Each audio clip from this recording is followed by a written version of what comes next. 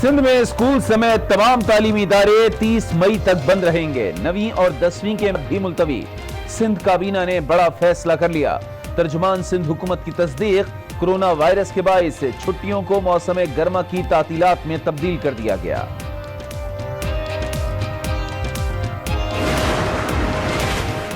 Corona virus سے بچاؤ کے لیے سندھ سرکار کے اقدامات۔ کراچی میں پی ایس ایل کا میچ کل سے خالی اسٹیڈیم میں ہوگا۔ شائقین کا داخلہ ممنوع۔ آج بھی اسٹیڈیم میں کڑے انتظامات کیے گئے۔ میچ کے اختتام پر کھلاڑیوں نے ہاتھ ملانے سے بھی گریز کیا۔ سندھ حکومت کا ملک کے تمام بارڈرز بھی بند کرنے کا مطالبہ۔ وزیر اعلیٰ سندھ نے کورونا سے نمٹنے کے لیے وفاق کی کارکردگی پر سوالات اٹھا دیے۔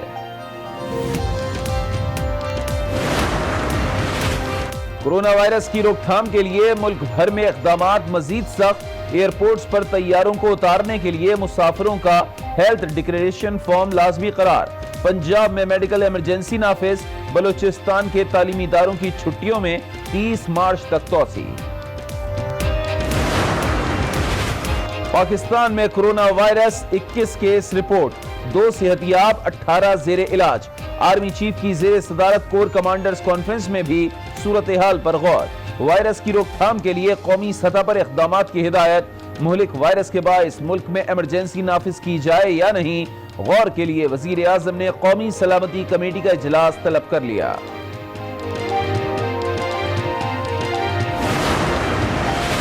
پاک ایران سرحد 20ویں روز بھی بند رہی۔ کپتان کے مقام سے جزوی طور پر سرحد کھولنے کا امکان۔ پاکستانیوں کی واپسی جاری۔ رشوت لے کر ایران سے پاکستانیوں کو وطن منتقل کیا جا رہا ہے۔ رکن قومی اسمبلی ہاشم نوتزئی کا انکشاف۔ چاغی میں بھی وائرس پھیلنے کا خدشہ ظاہر کر دیا۔ ترجمان بلوچستان حکومت کی تردید۔ کہا کچھ لوگ غیر قانونی طور پر پاکستان میں داخل ہوئے۔ معاملہ رشوت کا نہیں، لاپرواہی کا ہو سکتا ہے۔ کورونا وائرس عالمی وبا قرار۔ اٹلی میں ہلاکتیں 800 سے زائد۔ ایران میں 429 اموات۔ اسپین میں 24 گھنٹے کے دوران 84 افراد لقمہ اجل۔ سعودی عرب کا ملک بھر میں لاک ڈاؤن کا اعلان۔ عمرہ زائرین اور وزٹ ویزا رکھنے والوں کو 72 گھنٹے میں ملک چھوڑنے کا حکم۔ امریکہ نے یورپی شہریوں پر 30 روز کے لیے ملک میں داخلے پر پابندی لگا دی۔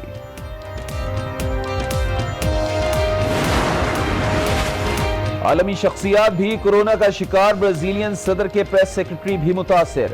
معروف ہالی ووڈ اسٹار ٹام ہینکس اور اہلیہ میں بھی وائرس کی تصدیق۔ Star footballer Cristiano Ronaldo کے بھی کورونا سے متاثر ہونے کا شبہ۔ قرنطینہ منتقل کر دیا گیا۔ کورونا وائرس معیشت کو بھی نقصان پہنچانے لگا۔ دنیا بھر کی اسٹاک مارکیٹس بدترین مندی کی لپیٹ میں۔ پاکستان اسٹاک مارکیٹ کا بھی برا حال۔ 100 انڈیکس 1716 پوائنٹس گر گیا۔ 35,956 پوائنٹس پر بند۔ ڈالر کی قیمت میں بھی مزید 71 پیسے کا اضافہ۔ امریکی ڈالر 159 روپے 13 پیسے پر پہنچ گیا۔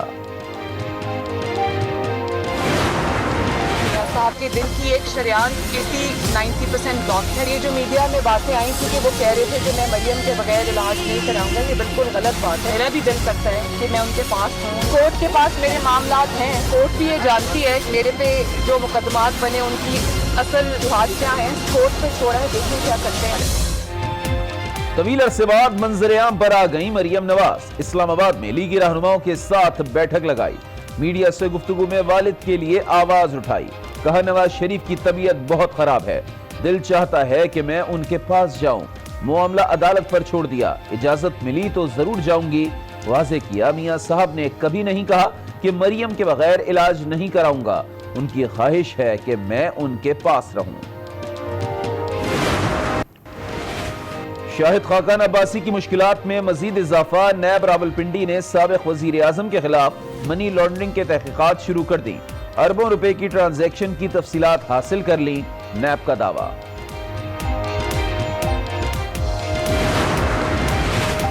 سانحہ گولی مار۔ سندھ بلڈنگ کنٹرول اتھارٹی کے گرفتار 3 افسران کا 2 روزہ جسمانی ریمانڈ منظور۔